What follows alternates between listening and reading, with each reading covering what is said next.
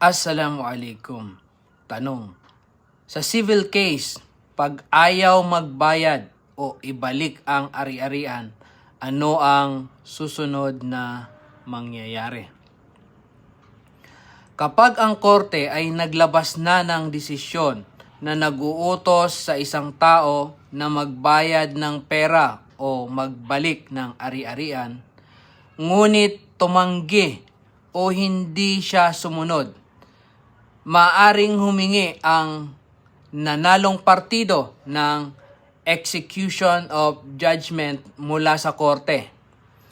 Sa pamamagitan ng writ of execution, uutusan ng korte ang sheriff na ipatupad ang desisyon. Maaring gawin ng sheriff ang mga sumusunod. Una, kunin at ibalik ang ari-arian sa taong nanalo sa kaso.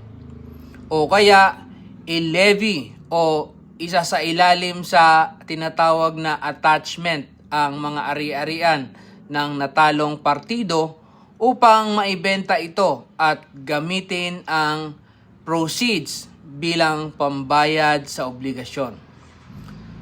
Kung kinakailangan, maaaring public auction ang mga ari-arian ng may utang upang mabayaran ang halagang itinakda ng korte. May natutunan ka na naman ba ngayong araw? I-like, i-share at i-comment ang inyong tanong.